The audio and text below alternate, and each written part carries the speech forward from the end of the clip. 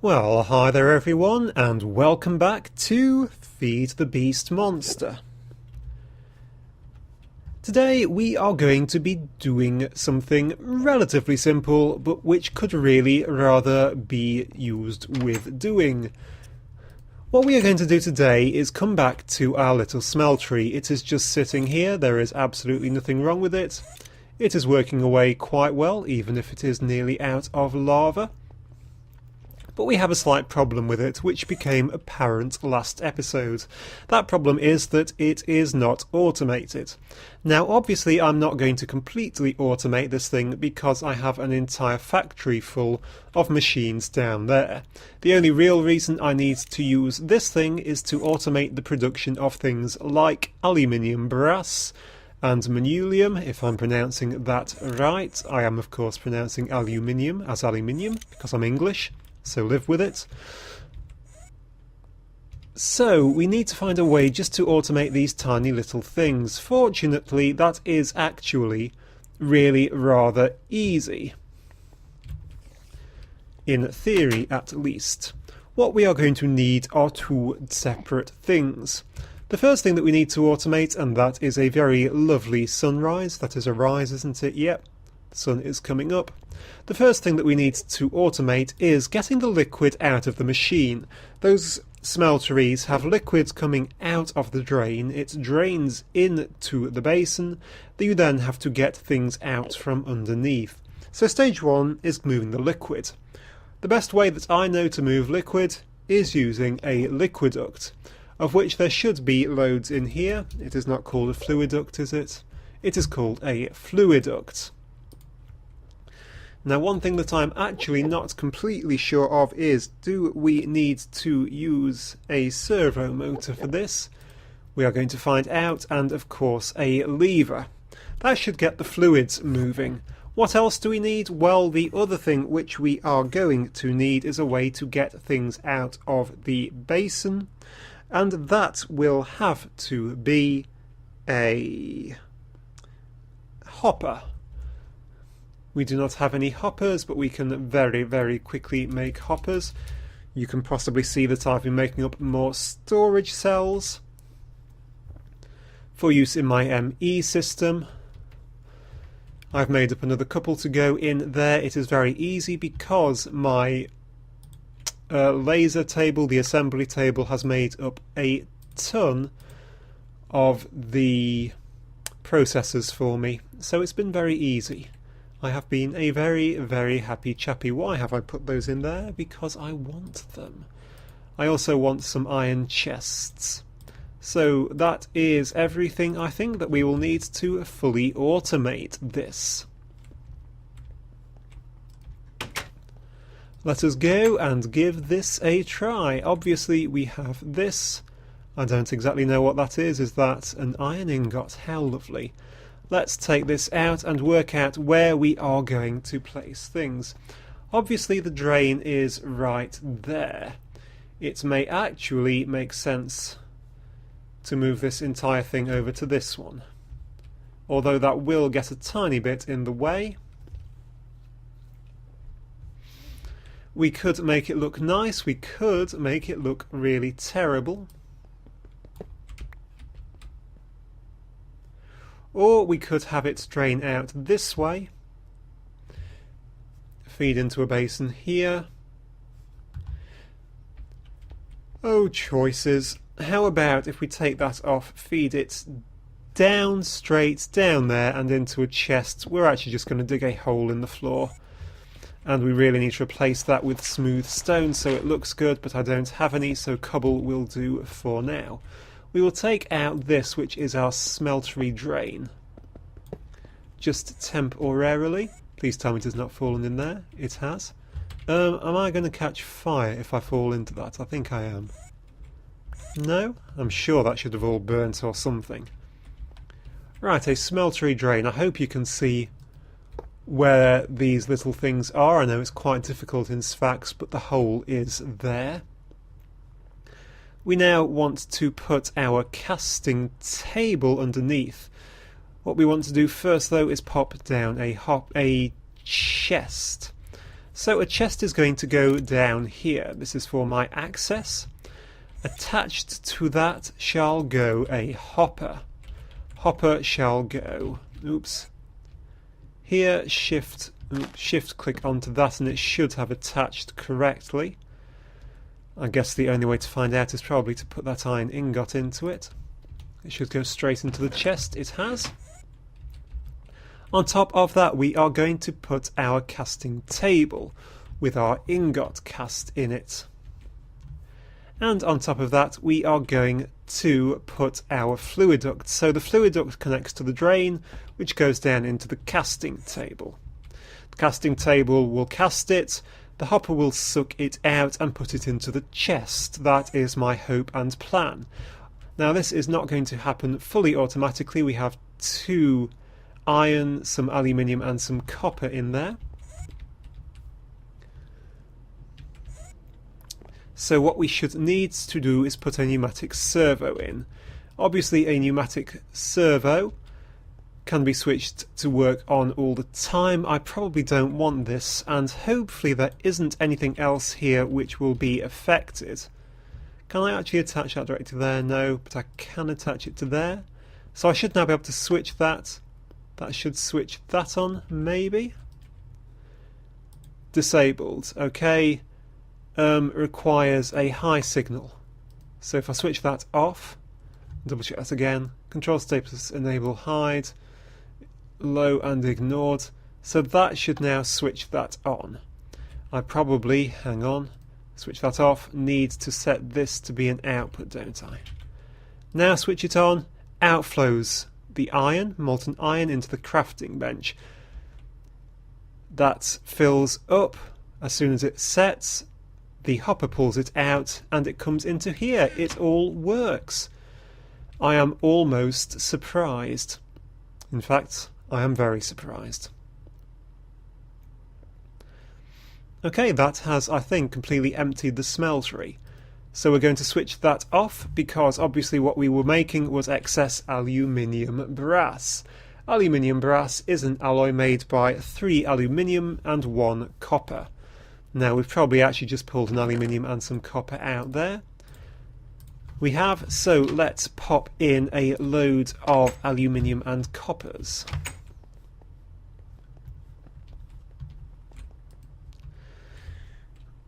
Aluminium. So we need 3 aluminium for each copper. So that will give me, oh, I have no idea. Let's just get, if I have a quarter of a stack of those, I will need 3/4 of a stack of aluminium, won't I? So that will be that. There'll be 1 excess ingot. I'll just live with that. I'll probably leave it in the smeltery. Unless that aluminium will actually double, in which case I'll have way too much. But there we go, I can now put those in. My big problem is of course that this could do with actually being a lot higher. The higher it is, the more you can pop in. What I will do is I will nip and get a bucket because we are nearly out of lava. But that has automated it. The other thing which I commonly need apart from ingots are things like casts. But you can just take the cast out of the table any time that you want to do that.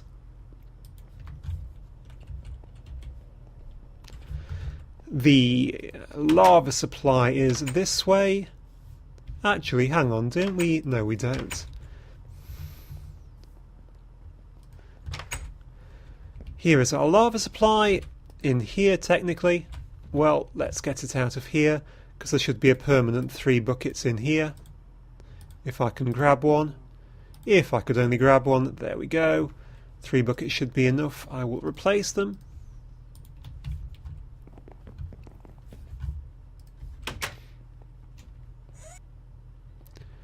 And hoppity hop and put this stuff in here.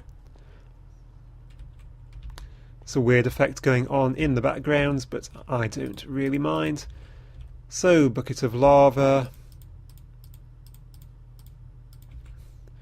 bucket of lava and a bucket of lava. That gives me plenty of lava. That has all heated through, so I can put all of that in. And some of those. Just whilst I'm heating up, I was thinking that I might do some changes around here. We've got a sort of garden area here, or at least that's how I'm starting to think of it. There's a row of trees along a path. There's sort of a terrace thing going along there, which could really use a couple of bits of dirt, which I just happen to have because I've just dug them out from the smeltery. So yeah, another piece of dirt or two, but I was just thinking it would be nice to make this into a garden area, which I think the best way to do that is probably with a bit of bone meal, which only appears to be making grass. But that's fine. There we go, there's a flower. There we go, a nice sort of gardeny, jungly area. I'm pretty sure there should be a few more flowers in there, but since there aren't, there we go. I might just go and grab some flowers out of the wild and just pop them in there. Make it look a bit pretty. Things like that, you know I do like that. Perhaps make a little water feature in the corner. Who knows, or even here. An infinite water supply cunningly disguised as a lake or a little pond or something. Right, we have got tons of aluminium brass, so flick the lever and out starts popping aluminium brass. Fully automatically. I'm only going to let it do a couple, just like that, then switch it off. I'm going to pull this out and make it do a few of these. These are of course the plate things, which are used, blank casts, which are used to make the drawbridges, because I haven't actually finished off my last drawbridge yet from last episode, so I thought I would really rather quickly do that. 4 is plenty. And then we can pop that back in and leave it to make up a ton of ingots for me. Isn't that rather nice of it? So back into here, let's make up our drawbridge. We just needed one final drawbridge to fulfill our dreams of a nice bay window. We will also need the, let's get out some dirt, because a bit of dirt? Why is there no dirt? There should be dirt, because it should be right there. It is, and it is filling up. And it has one of those on it. So what is going on there? I do not quite understand that, but it doesn't really matter. Bricks, sometimes they can be a tiny little bit glitchy. And, of course, glass. Glass panes. Let's take a little run over to the tower, because we can just fill in these spots whilst we are at it. That's done, that's done, that's not done, that's done. And I think that'll look nice. I'll probably take that one out, actually, with me pickaxe.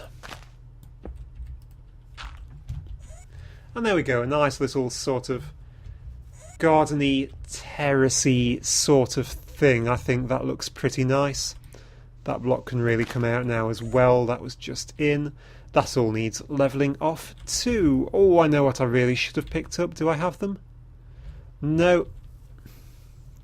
I forgot to do one of the bibliocraft things last week, so I'm just going to get that. Hello, chest. It all went in here, didn't it?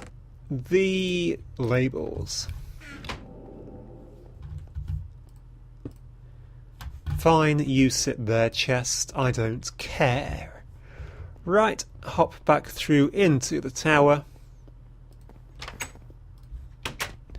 where we can finally pop down our very last drawbridge.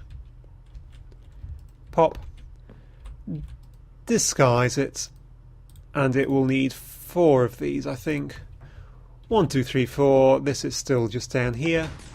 But there we go. We have a fully working window thing. I really like that, actually. I think that's good. A way out to our nice little terrace area.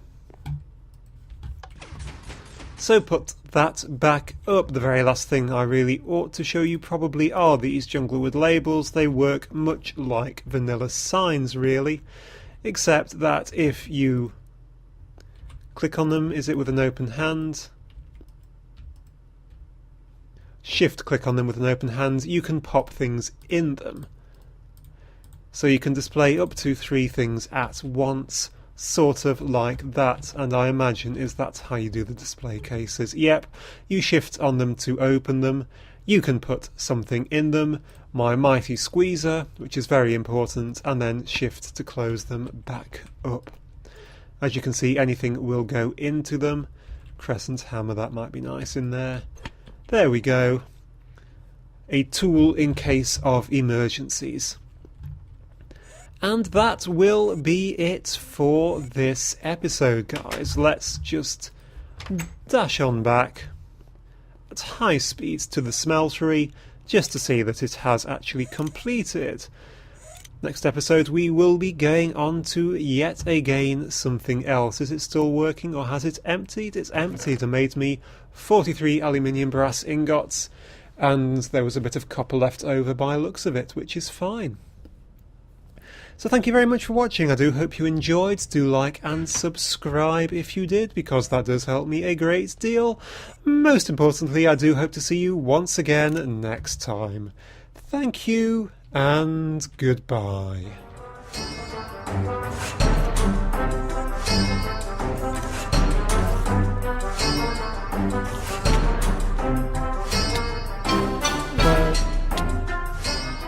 Hello. Where is me axe? Hello. Ooh, jumpy spider. There you go. Hello. Goodbye.